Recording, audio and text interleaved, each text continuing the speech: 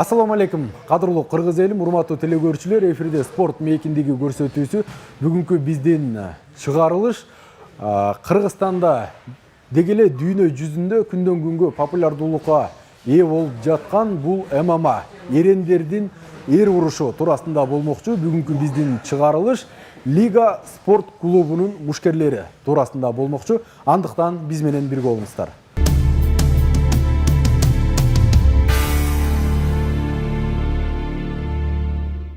Ассаламу алейкум жигиттер. Алейкум ассалам. Трамба жок, тренировка жакшыбы? Орозо кыйналбайларыңар. Бүгүнкү тренировкада жеңил отработка алабыз. Азыр аман тур өтөт. Кайсы менен, Берчан менен бардыгын. Трамба эч кимде жок, разминканы баштай берели, мындай. Жигиттер, общий разминкага кеттик. Арттан кайталай беребиз. Чоңураак круг алабыз, общий чоң круг.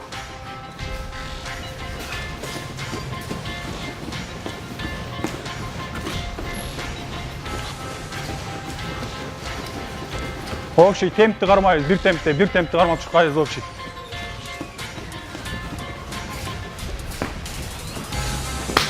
Кеттик, арка менен чыкпайбыз.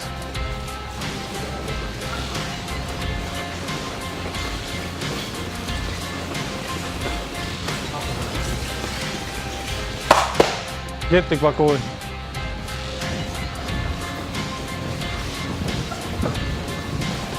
Общий сол жак менен келебиз, сол жак менен кетебиз общий.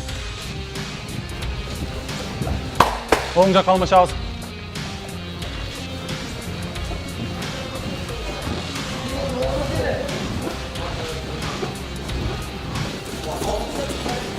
Кеттик, колено кетебиз.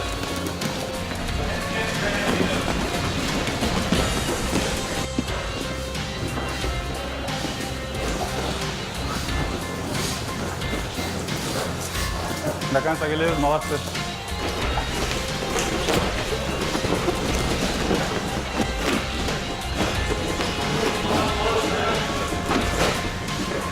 Оң сол иштейбиз, туңарбы? Защита проход, оң сол иштейбиз. Молодцы, до конца кетебиз.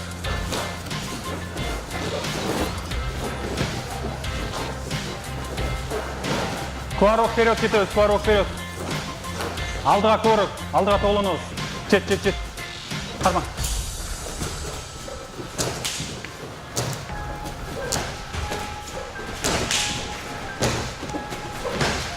Оң сол до конца, молодцы, давай кеттік.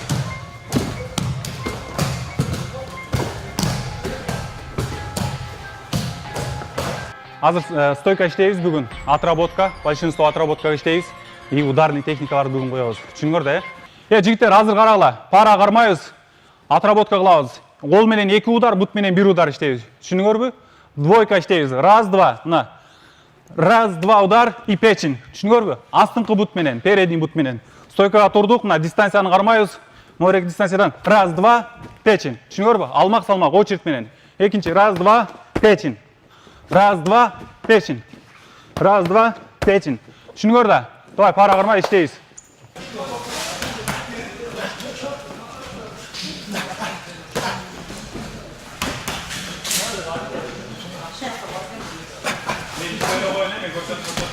Азыр şu Лига спорт клубунда 100ге жакын бала бар. Аларда 2 группа бар, бизде подгруппа. 5-тен 7-ге дери, анан 7-тен 5-ге, 7-тен 9-га дери 2 подгруппа болот. Бу жерде балдар жакшы келип атышат, тренировка жакшы болуп атат. Şu Орозого карабай, şu келип тренировка кылып атабыз азыр. Буяга şu биз өзүбүз бу жерде машыктыруучубуз. Балдар тарбиялап атабыз, колдон келишинче şu кыргыз элине biraz болсун да кызмат кылып.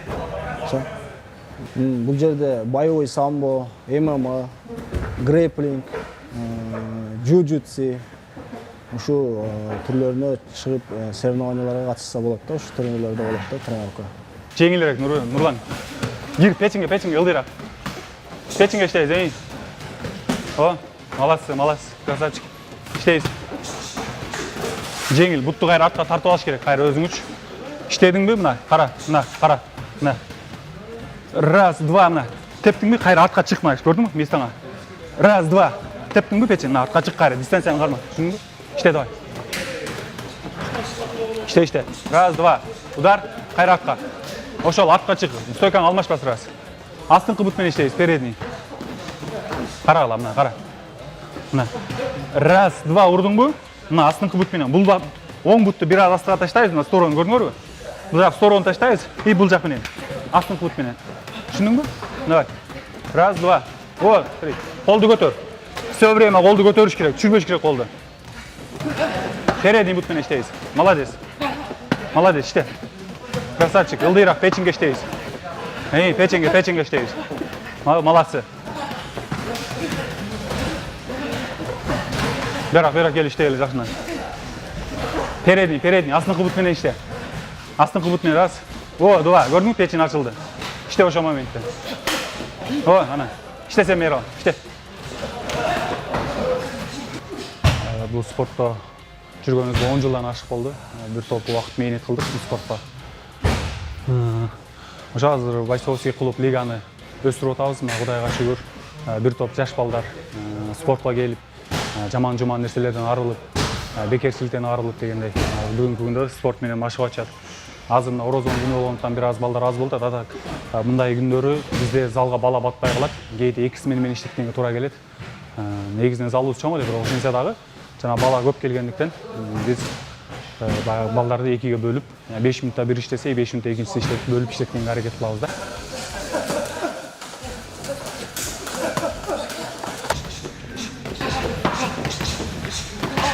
Молодцы. Кармайбыз. Блокту жакыныраак кой. Блокту бетке жакыныраак кой. Молодец. Нормально. Иштейбиз, молодцы. Жакшы. Көтөр колду. Көтөрүш керек болду. Кээ бир спортсмендер, например, тренер болду. А бирок кээ бир тренерлер мыкты спортсмен болсо да, бирок анда тренерлик талант бар да. Негизи анан бизде мына Бойцовский клуб лигада эмне себептен 4 бала жүрөт. Анткени бизди бул жерде негизи лиганы 2009-жылы түптөгөн Түгөлбай Арапбай уулу деген биздин агайыбыз бар. Ал киши түптөп коюп, баягы жашоо тиричиликке шартка байланыштуу азыр Ош областына көчүп кеткендиктен бүгүнкү күндө ошону тарбиялап өстүргөн 4 бала ушул залды карап, очерк менен кээде бирөөбүз жанагы шартыбыз менен болбагаса экинчибиз келебиз, кээ бирибиз келип күрөшүн коюп берсек, бирөөбүз стойкасын коюп берет дегендей. То есть ошол 4 бала бири-бирибизге жардамдашып, бүгүнкү күндө ушул Бойцовский клуб лигада жаш балдарды тарбиялап өстүрүп келе жатабыз да.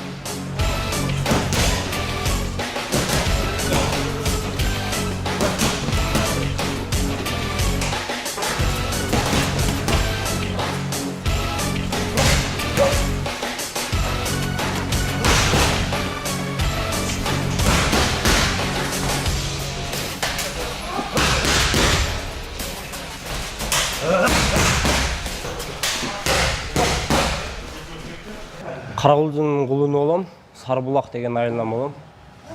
Лигага келгеним 2 жыл болду. Жашым 20да. Буюрса ийгиликтер жакшы эле. Профессиональный 3 беттеш өткөрдүм. 3-өндө тең жеңишке жетиштим. Мен айылда эле бул жакта вефте бойлорду көрчүмүн. Мен качан ушул жерге барып урушуп калат экен деп айылда мечтейт эткем да. Буюрса уруштук, уже 3 урушуп койдук. Мага тандаган себеби башка спорттун түрү жакшы эле жага бербейт мага. Именно ушу ММА Джон Джонстун урушкан жагат да мага. Ошо Джон Джонс кумирим болот. Ошон үчүн ММАны тандадым мен. Максаттар бар, Кудай буйрса UFC'ге чейин жетебиз деген максат бар. Жок эле дегенде М1 чемпиону болуш керек. Жок эле дегенде буйрса, иншалла.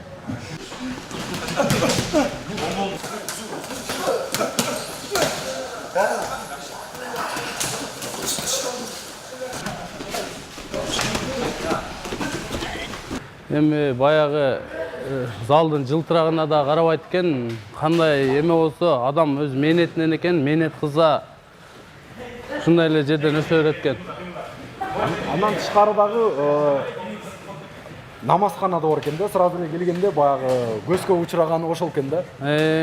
Берде ошолда басым жасайт окшойсуздар да, 5 бал намаз кылчу. Биякта көбүнчөсү эле спорт эле эмес, динге дагы, спорт менен динди өйдөрөөк кылып, спорт ылдыйраак кылып, болушунча динге көп аракет кылабыз балдарды.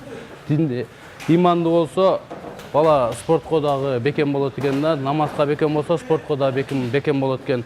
5 вакыт намаз окуйт балдарым бар иншалла. Азыр орозо убагында ушунча балдар келип атат да. Багы 5 мал намазын окуп, ошо 5 мал намазды каза кылбай эринбеген бала дагы спортто дагы жакшы көрсөткүчтөрдү көрсөтөт десек болобу? Эң туура биринчиден намаз болуш керек. Бул намаздан дуа менен дуанын артынан бардык эме боло берет. Эми намазга бул 5 вакыт намазга 1 саат, 1,5 саат убакыт кетет экен да. Наоборот, спортко 2 саат, 3 саат кетип атат. Ошон үчүн биз биринчи намазды толуктап, намаз 5 вакыт намазга бекемделип алып, анан тренировкабызды кыла беребиз. Машыгууларды жазат. Машыгууларды кыла беребиз. Балдарыбыз бүт эле ошо 5 вакыт намазда иншалла ошо намаздын арты менен ушундай жетишкендиктерге жетип атабыз.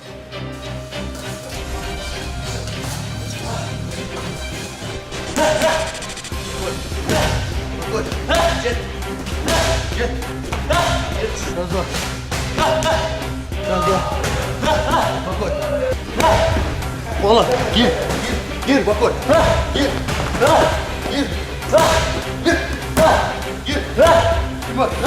Limon. Biraz daha. Kalktı. Bakın. Çık usta. Bakın.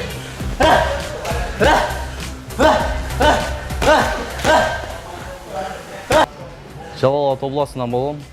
Жалал-Абад областынын Базар Коргон районунан болом. Ошол. Жашың канчада? Жашым 18-де.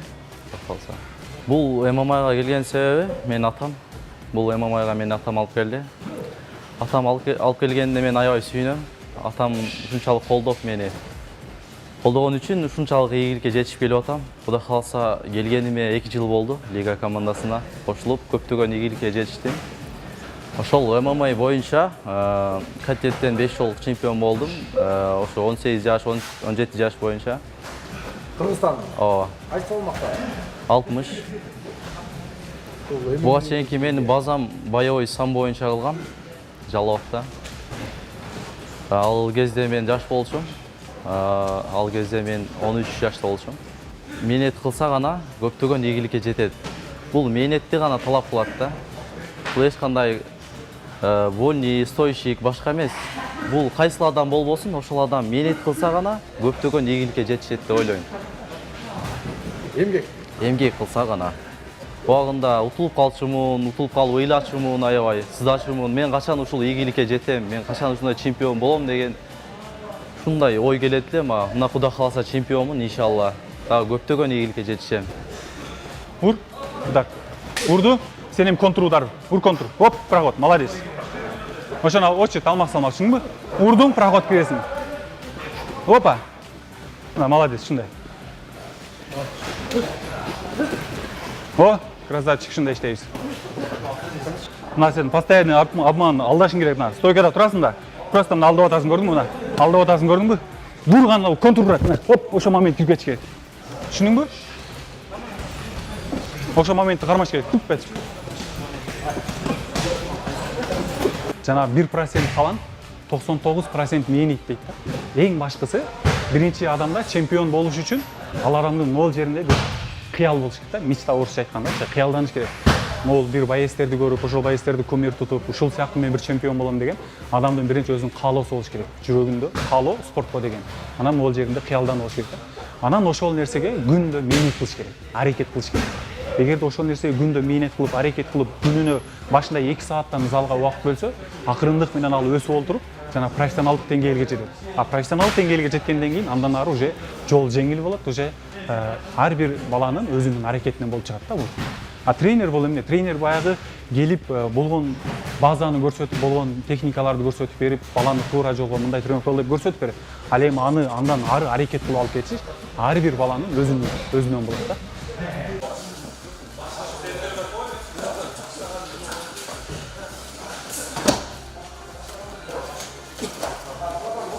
Азыр жигиттер вообще мына астыдан, большинство мына астыңкы положенияга келип калганда, мына ушул жерден көбүнчөсү бул треугольник өтөт да, треугольник. Эң башкысы мына башты захват алыш керек. биринчи эки бутту заправкалайсың өйдө көздө көрүңөр, алып келебиз. Башты кармайбыз обязательно. Экинчи кол мына. Көрүңөр мына колду билдирбей мына кистен блокировка кылыш керек. Мына блокировка кылганда бул бошонгонго аракет кылып башын көтөрөт. Көрүңөр мына. Ошо көтөргөн моментте мына бутту бияка колду салып кетебиз, колду мына бияка көрүңөр. Мына бу жерден чыгарабыз. И мына баштагы кармаган колду ой өрбестен туруп буттуну захватка алып калабыз мына. Бу жерден көрүңөр. Мына захват менен алып келип турган акырын экинчи бутту кошобуз мына. Экинчи бутту мына коштук, көрүңөр. Эми ушул положениядан жамбашты бул жакты көздөй чыгарыш керек, буруш керек. Буруш үчүн мына оң колду көрүңөр. Оң колду мына соперниктин аласы жакты көздөй салабыз мына. Ошонун жардамы аркылуу мына оң колду мына буттун астына салабыз. Ошонун жардамы аркылуу жамбашты бул жакты көздөй чыгарабыз мына, көрүңөр мына. Эми бул жерде треугольниктин бир да секрети көбүнчөсү буттун учу мындай положенияда калып калат. Анан кыйналып баштан тартып жүрө беришет мындайчы. Ушул жерге келгенде мына бутту өзүңөрдү көздөй, буттун учун көрүңөр. Мына буттун учун өзүңөрдү көздөй тартасыңар. Чыңап тартып туруп анан мына белди көтөрүп түздөйсүңөр денени, көрүңөр. Мына ушул положенияда уже берет, күтүш керек. А если бербей койсо, анда мына баштан кошуп тартабыз. Түшүнүңөр да, дагы бир жолу. Буттарды байлайбыз мына заправка. Колду кармайбыз, желке. Алып кирдиңер, алып чыктыңар мына. Колду обязательно көрүңөр. Кол и бут. Мынакей бутту коштуңар. Мына бул жакка чыгып туруп мына положение келебиз, көрдүңөр, а? Мынакей. Давайте пара кармайбыз, отработка кылабыз. Келгиле жигиттер, турула.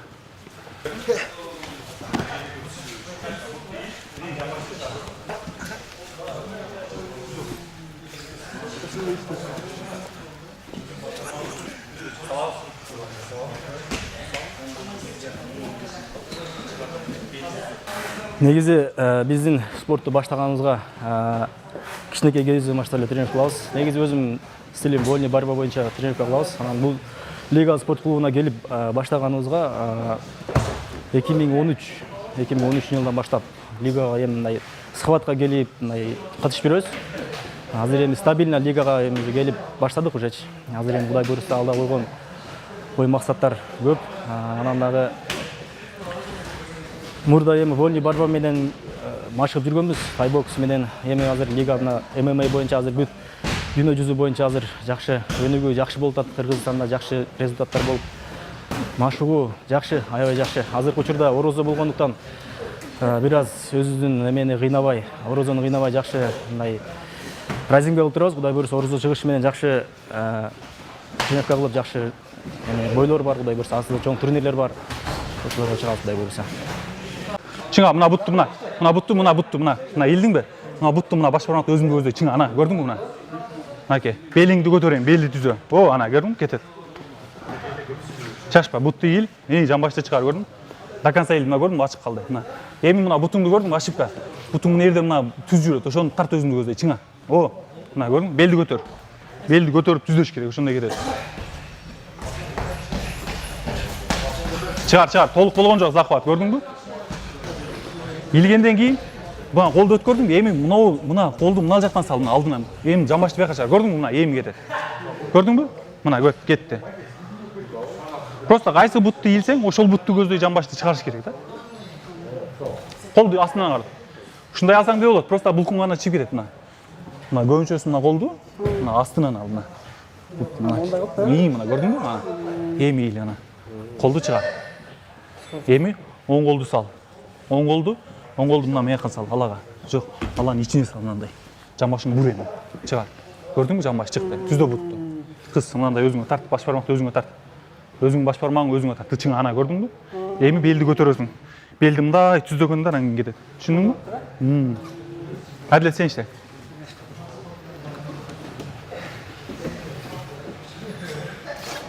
Блокировка кылабыз, колду. Кичти кармайбыз. Оба. Салабыз бутту. Бутту сал, оң колду бияктан оң кол менен ичинен ал, чыгар жамбашты. Белди түзө. Көрдүңбү? Одарба, соперникти одарба, карма ошо положенияда. Бутту мына толук ил көрдүңбү? Захват толук болгон жок буттуң. Бутту толук ил. Толук ил мына бутту көрдүңбү? Мына буттуң мыякта жүрөт. Бутту мыякка чыгар, наоборот, өзү. Мыякта көзөй. Эми мына чыңа. Соңчо мына көрдүңбү? Чыңа. Эми ошону белди көтөргөнчө, башты кысып тартып аласың өзүңө. Белди көтөргөнчө. Түшүндүңбү? Кетти. Ошондой отработка иште. Ошол жерденчи белди көтөрсөң кичине. Оңойраак кетет. Жатылтпай мынтипчи дем алып, ошону көтөргөндө кысылат мына жер.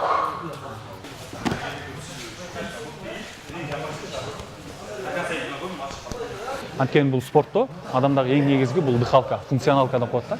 Мына ошол функционалканы биз бийик тоого чыгып чуркаганда балдар узакка чуркашат, 6 км, 10 кмге чуркашат. Ошондо дыхалка ачылат. 6-күнү сөзсүз чуркатып, андан кийин парга чүйрүп, баняга чүйрүтүп, базар күнү сөзсүз дем алгыла деп айтабыз. Анткени организм дем албаса, бул дайыма нагрузка бере бере турган болсо, бул машинанын мотору сыяктуу болот да. Акырындык менен наоборот отурушу мүмкүн. Ошон үчүн биз балдарга максималдуу түрдө туура анан кийин мындай туура жана тренировка кылганга үйрөткөнгө максималдуу түрдө аракет кылабыз да. Бизде башында агайыбыз боевой самбо деп ачкан. Ал убакта ММА жок болчу, жакшы өнүгө элек болчу, бар болчу. Ошол убакта биз боевой самбого урушчубуз. Боевой самбодан жетишкендигибиз 2014-жылы Кардиевдин чемпиону болгонбуз. Анан көптөгөн боевой самболордун призер болгонбуз. Бул жерге чыгып урушуп, утуш эмес. Бул адам өзүнүн ден соолугуна да жакшы. Бул спорттун зыяны жок да. Туура жолго багытташ керек спортко келген балдарды. Көпчүлүгү терс жака кетип калган балдар болот. Бизде андай балдар жок. Намаз окушат көпчүлүгү. Даватка жиберип турабыз. Алла беришинче.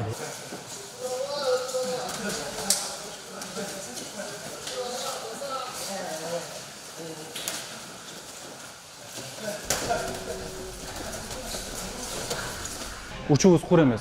Биздин залдан бир топ балдар өсүп чыккан. Биздин лигага келген балдардын эч бириси лига жаман деп айтып кеткен жок. Бир топ балдардын азыркы бүгүнкү күндө мына профессионалдуу зарубежге чыгып урушуп аткан боецтердин көпчүлүгү биздин залдан өсүп чыккан деп мен таамай белгилеп айтып кете алам да.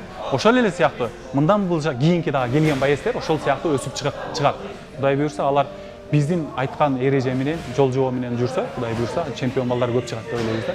Анан биздин залда биз дайыма ушундай бизде жакшы бир ниет бар. Биз балдарды эч качан көчөгө чыгып урушкула, же болбосо 3 ай, 6 ай, 1 жыл тренировка кылып, кимдир алсыз бирөөгө күч колдонгула деп тарбиялабайбыз.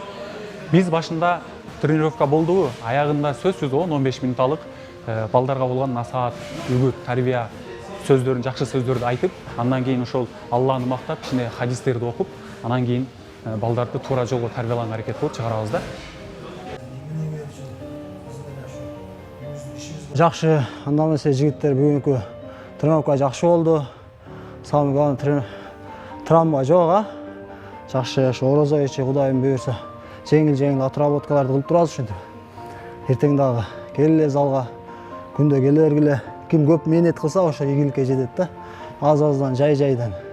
Иншалла. Аллах Таала бардыгыбызга күч кубат берип атат. Алла сиз менен бизди бастырып ушинтип тренировка кылдырып не болуп атат. Бала шүгүрлөрдү айталы.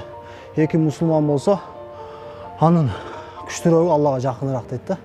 Сиз менен биз ушу тренировка кылып өзүбүз денебизди, бул ден соолукту Алланын берген аманаты да, немат.